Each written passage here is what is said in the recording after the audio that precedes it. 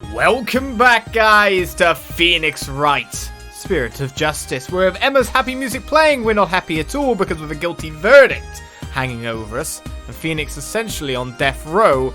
We don't know exactly what the punishment is because a second crime has been added on to the charge of Maya Fey, that of the murder of Puhray Zeh'lot. So we're here at the crime scene, we talked to Emma, it's now time to examine it and try to build up a case that might illuminate it a little bit more. Let's try. Right, let's start examining this land. Yet again.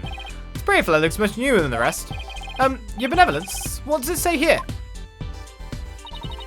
The dearest wishes of our subjects are written upon these prayer flags. Reading the prayers of others is considered rude. But if you must know, it says at the usual spot, bring grub, the key too. Huh. That is one of the more direct and practical prayers I've ever seen. I wonder if it's even a prayer. Right, instantly we get ourselves a new thing, a brand new flag. Has some writing on it that translates to more of a direction than anything else, doesn't it? Right, I thought I'd check that out first of all, because just when I was skipping around before the thing, it's just weird to find like one little spot where you could actually see something. So let's look at the victim's outline and find out more. Acolyte Zeh'lot died bent over in prayer. There's no trace of blood on the ground though. Yeah, that's always interesting. The fact that there's so little bleeding could mean it was a single stab to a vital point. Not that that would have been very difficult considering the position he was in. Nope, he was wide open. So these flowers were left here in memory of Acolyte Zeh'lot. What are they called? They are known as Namanda, and they are given to express sorrow when a life is lost. It seems offering flowers in memory of the dead is a universal practice. The Namanda flower has been added to the court record. A flower the Khura'in used to pay tribute to the departed expresses heartfelt sympathy.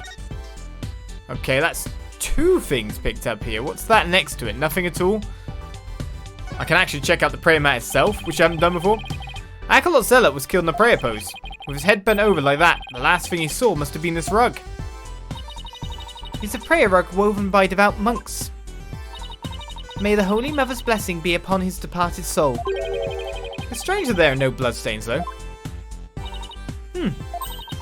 Perhaps it was so cold his blood froze, or perhaps it was absorbed by his vestment. It is pretty cold. Maybe the blood really did just freeze inside his body. Okay. That message on the prayer flag seems a little weird, but I think I've seen everything there is to see around here. You've not found or heard anything of particular worth. Are you ready to give up? No, I'm not calling it quits yet. Does it look like you have any hope of winning, Mr. Wright? Emma. I can't really say at this point. All I know is I have to keep investigating. What are you two sneaks up to? I would advise you to get back to work if you were done here, Detective. Otherwise, I will report you to Prosecutor Sadmari for dereliction of duty. I'm going! Well, see you later, Mr. Wright. And good luck. Good luck to you too. I should really pay a visit to everyone in every place connected with this case. So where are we going to next? Do you have any ideas yet again, Rafa? So, are you ready to give up, Barbed Head? Any more of this and you will cause Lady Inmee to suffer more than she already is. I understand what you mean, but I can't give up that easily. After all, I have to defend Maya in court. Stubborn fool. But you have already been found guilty. If you wish to continue floundering about, I suppose now is your last chance. I'll take every chance I can get. It's just taunts every time I go to one of these, isn't it? Jabs, barbs. Not barbs from my head, it's barbs from your mouth. What? Have you given up already? Not even close! Still, it does feel like I'm barely treading water over here. Water? Do all the people of your country go for a swim when they are troubled?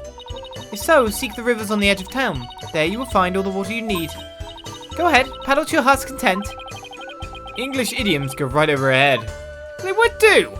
Idioms from any country go right over the head of any other person from any other country. Alright, where to move to next, you say? We could move up to the inner sanctum. We could check out if anything's changed there. And find nothing at all, as of yet. I've already searched it, but it never hurts to take another look around. The game literally tells you when you've done and done every time now. Ah, modern gaming wants you to move along right to the point. So maybe I should go to the High Priest's house, considering, of course, Puhray Zeh'lot was a disciple of Abbot Inmee. Hello, Beh'leeb. Hello, I'm sorry to bother you again, but... Oh, it's you. Barbed head. You are not contemplating casting suspicion upon Lady Beh'leeb, are you? She lost her beloved husband, and now Acolyte Zeh'lot, who was like a son to her. Of course I'm not. But since she was close to both victims, I wanted to hear what she has to say. Very well. And then there's the fact that Lady Kee'ra didn't attack Mrs. Inmee. That probably means she isn't a rebel. Is this about poor Puhray? Puhray sounds kind of bad. Well, I'm sorry, but I don't think I can talk about that right now. But what about Maya? She's innocent. Maya? I heard she was found guilty. First my dear husband and now Puhray. Mrs. Inmee, you don't really believe that Maya's the killer, do you? I don't know. But that was the verdict, so what else can I believe? What am I to do? The verdict was already reached in your husband's case, but the truth of the matter is yet to be found. How can you be so sure? Because I believe that Maya is innocent. That is all I have right now. My faith in her. So please, help me understand what happened. So you're defending her based solely on faith? Even though you'll be punished for abetting the accused? That's right. Alright then. Your faith has moved me.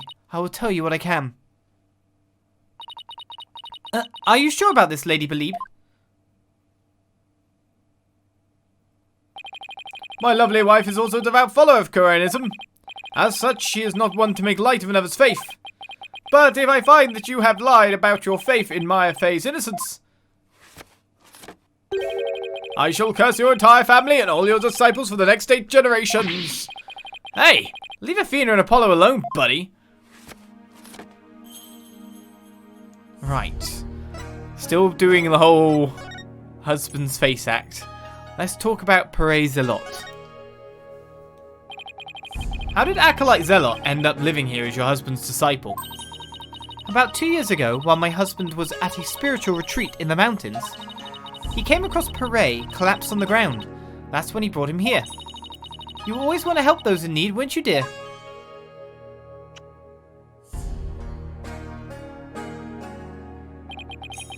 And he'd been living here ever since? About 2 years ago. That's around the same time Maya arrived in Khura'in. Yes, he was born in a poor village and had nowhere to call home. My husband felt pity for the boy, so he took him in as his disciple. But not only as his disciple, he was like a member of our family too. I see.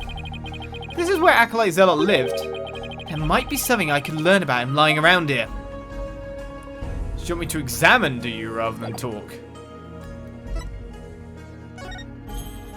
Do I want to present to anyone? Well, these pictures are up again, but I guess they've got a little bit more difference and detail. Pictures of the Queen and her husband, the Justice Minister of Khura'in.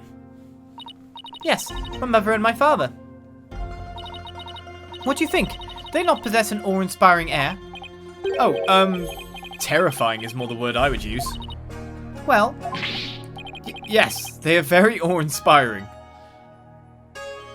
Definitely. Just get me to believe it, will you? A photo of the High Priest, his wife, Acolyte Zeh'lot, and Maya. Since Maya's in it, it must have been taken the day before the rite. I should ask Mrs. Inmee about it. In fact, it's even got that little figurine too. The family photo was added to the court record. To think that this would be their final family photo. That no good Maya Fey has some nerve. I mean, here she is posing with the 2 men whom she would soon kill. I beg to differ. I see this photo as proof that she didn't kill them. That smile of hers does not fool me. I sense a deep and abiding malice behind it. I'll prove my smile is the real deal. If it's the last thing I do. Anything else to check? Because it may be.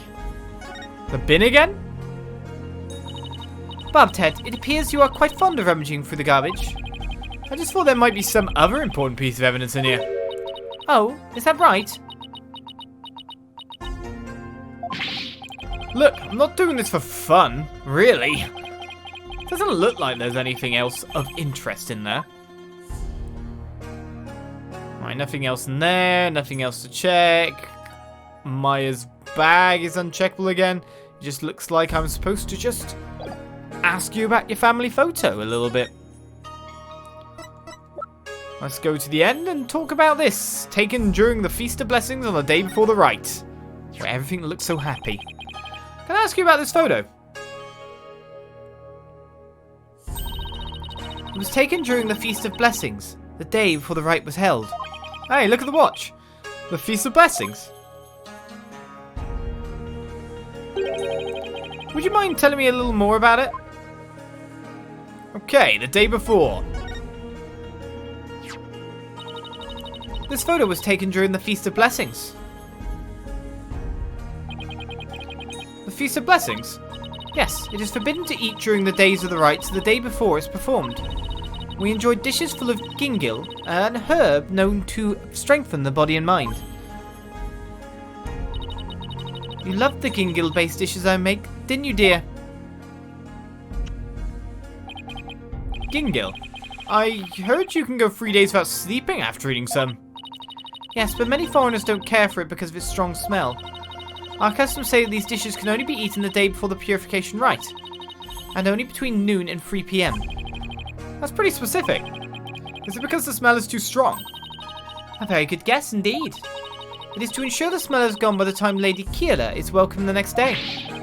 Wow, is it really that strong? Come to think of it, the evening before the murder, an overwhelming odor was all over town. It was like a cross between garlic and mint. After the Feast of Blessings, Puhray went over to the plaza to begin his supplication. I never thought that would be the last time I would see him. What was Maya doing at the time? Shortly after Puhray left, she went to the temple to prepare for the rite. I don't know what she did after that. Beh'leeb's statement has been added to the court record. So, Acolyte Zeh'lot went out to pray the afternoon before the rite. According to the newspaper, on the day before the rite, the plaza was so cold the whole place had iced over. Puhray always prayed a lot, far more than anyone I have ever known. He was a devout young man whose faith was twice as strong as others. I don't know why, but that's kind of intimidating to me. I thought I'd have made some progress by now, but I haven't come across any particularly insightful information, even here. You seem disappointed. Mrs. Inmee, is there anything else you could tell me? Forgive me, but if I keep thinking about those two any longer... Barbed head. Yes, I understand. Thank you for your help. I'm sorry to have troubled you. We have paid a visit to all of the people and places connected with this case. I think it is about time you prepared yourself for the inevitable, don't you? Nothing to talk to, nothing to do. Where do you want me to decide about this inevitable? Is there anything more I can present? It's not looking good, is it? Well, let's move around, see if anything else is going on. And then if I need to, I can go back. Because it might mean that I need to present a little bit more to get some more conversation dialogue off. But one way of finding out is literally just to move to each location, see if anything is happening anywhere, and go from there.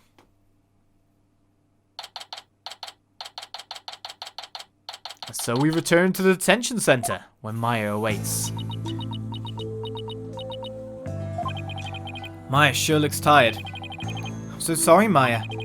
I failed to defend you during that trial earlier today. I'm sorry too, Nick. I never meant to get caught up in this whole mess. Even worse, I got you caught up in it too. And you were convicted under that stupid law. Nick, you should really withdraw from this case. Maybe they'll even commute your sentence if you do. I could never abandon you like that. You might not believe me, but I'm going to pull off a win somehow.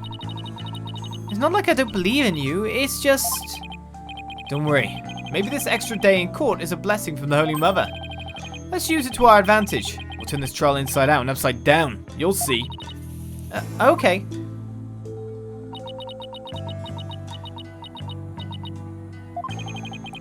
You're awfully quiet, Your Benevolence.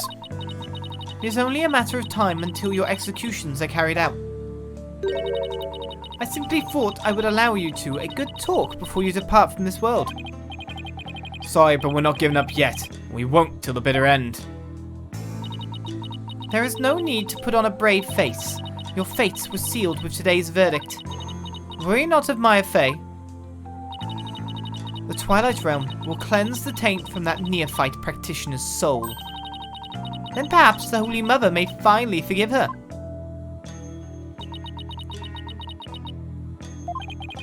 Wait.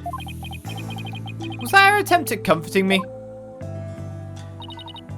Barbed Head, further resistance shall come to naught. Stop your desperate struggle. Accept the judgment that has been passed upon you. She obviously doesn't know me very well. Then perhaps your sentence will be commuted. And... Hold it right there, Your Benevolence. Why do you always have to be like that? Maya, what are you... What is the matter? I was simply showing some mercy upon your souls. Nick here is risking his life to defend me. And that is why I told you it will come to no... No, it won't. Nick is just doing what lawyers are supposed to. He's defending his client no matter what. Enough. There is no place for lawyers in the Hall of Justice. For we have the divination seance. But your insights were wrong.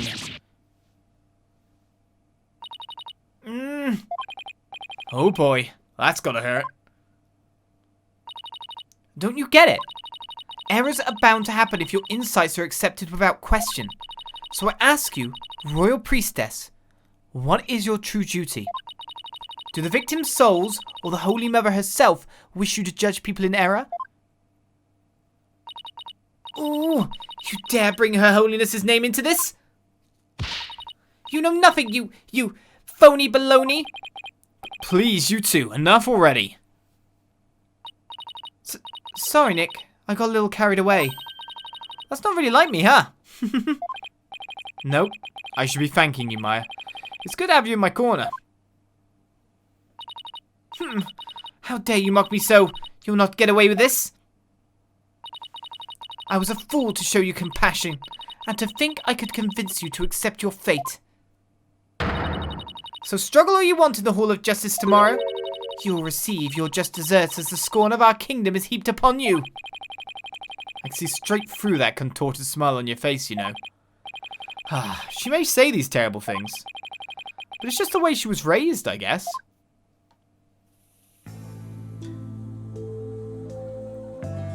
Alright, let's talk to Maya a little bit then. About Zeh'lot's murder. Could you try to remember what happened one more time?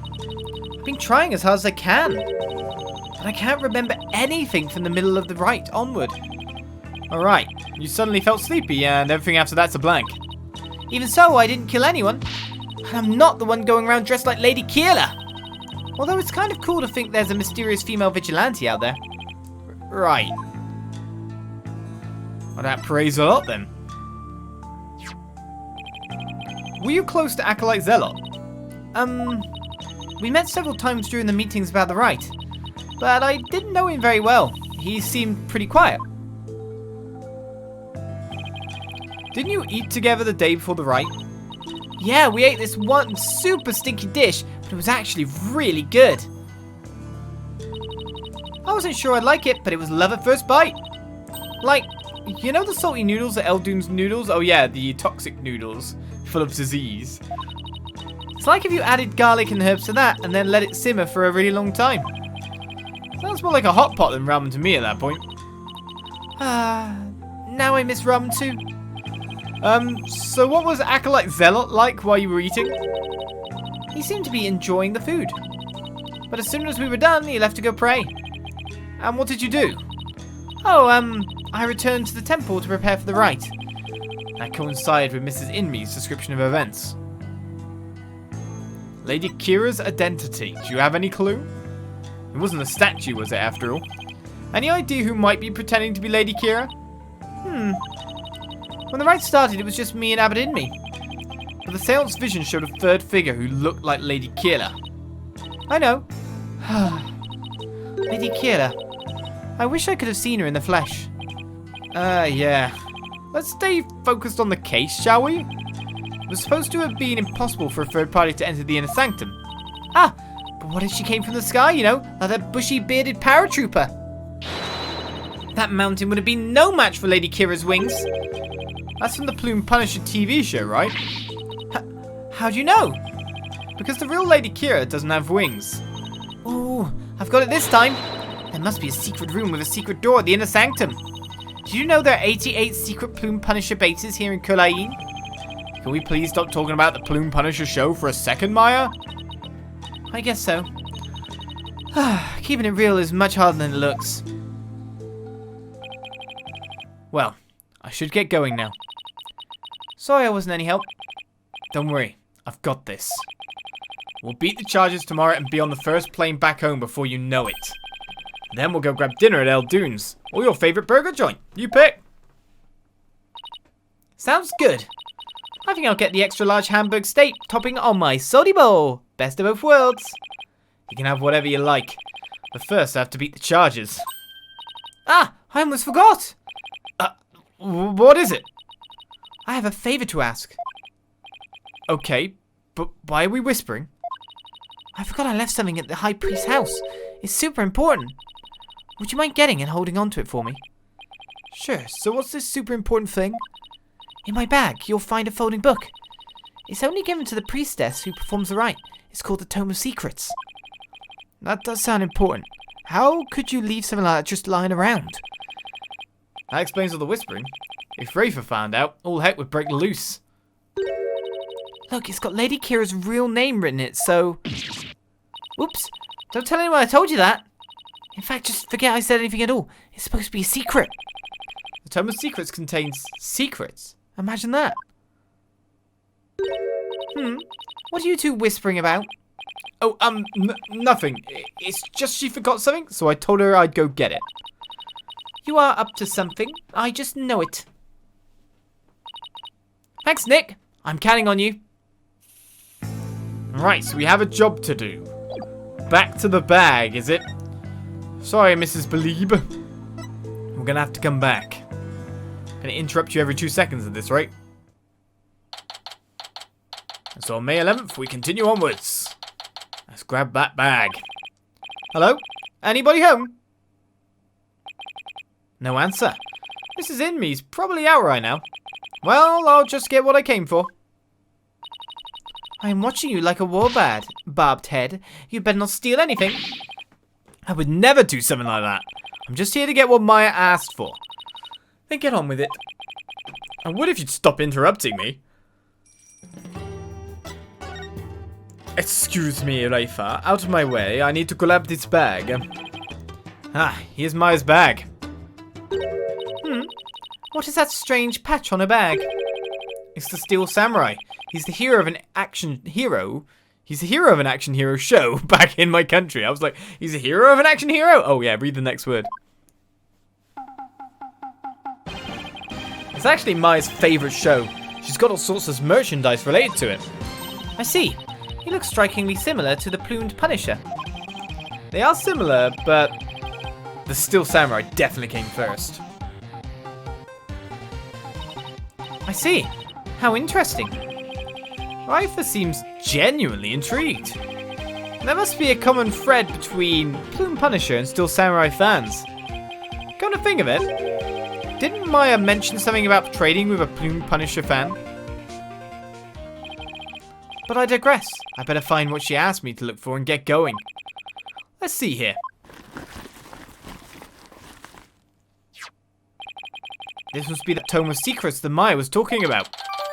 The Tome of Secrets has been added to the court record. A tome given only to the one who will play the role of Lady Kee'ra in the Purification Rite. Well, Barb's head, are you finished now? Hold on a second. The string around it is coming undone. Whoops!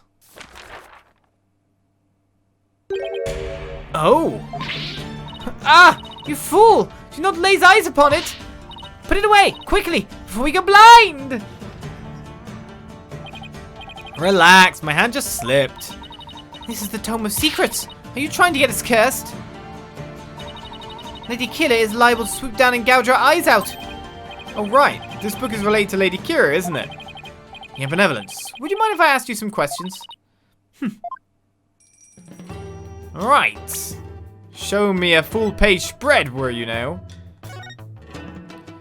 Let's just read it quickly before we ask for any questions here. Tome of Secrets. The priestess acting as Lady Kee'ra's representative must know her name. That name is Imsan. Speaking this name is unforgivable. Whoops. Lock this knowledge deep in your heart and devote yourself to prayer. Well, I'm a heretic. Blasphemous am I. I learn more about the Tome of Secrets. This is not something I would normally speak about to an outsider such as you. Well, can you make an exception? If you insist. Nana.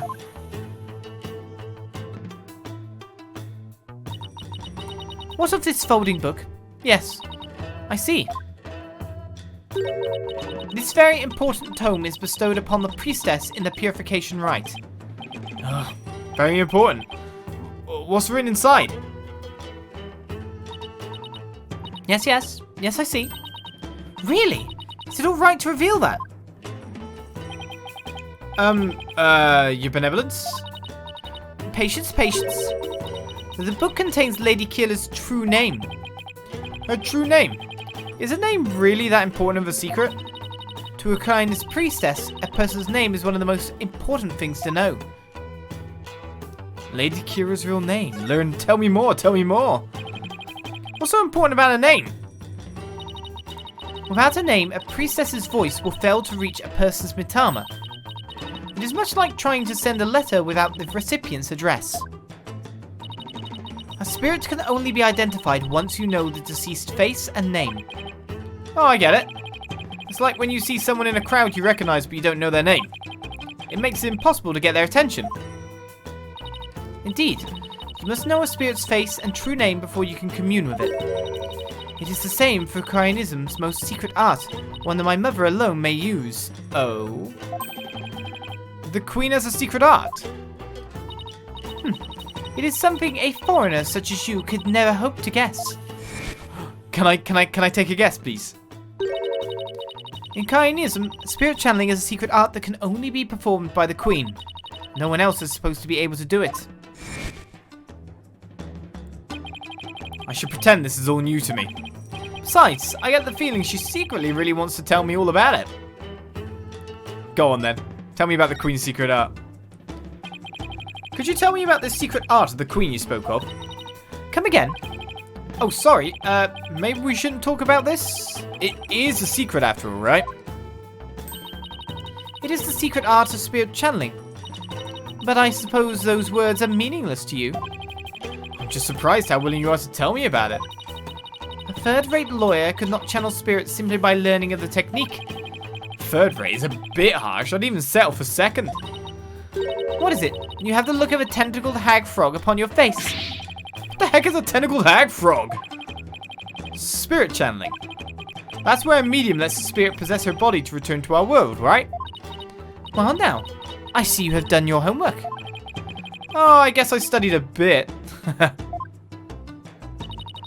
With the power of spirit channeling, one can bring back even the most ancient of spirits. It is quite a magnificent power, is it not? I've never seen her eyes light up like this before. I imagine they're pretty shocked when they come back from ancient times. Indeed. A spirit's memory is cut off at the moment of death. so even a spirit that is brought back after centuries doesn't sense any gap in time. Between the moment of its death and the moment it is channeled? Yes, and yet it clearly recalls all of the memories it had in life. Thus, even heroes and scholars of antiquity can be channeled and directly learned from. Our queens have also used this power to help the rulers of neighbouring lands seek counsel. That is why we have never been invaded and how we have maintained our unique culture. So spirit channeling is a really effective tool for international politics. It is indeed. And that is why only those with the power to channel spirits may rule our kingdom. But of late, there has been an endless influx of illegal immigrants from neighbouring lands. The fools come seeking the same great power as my mother.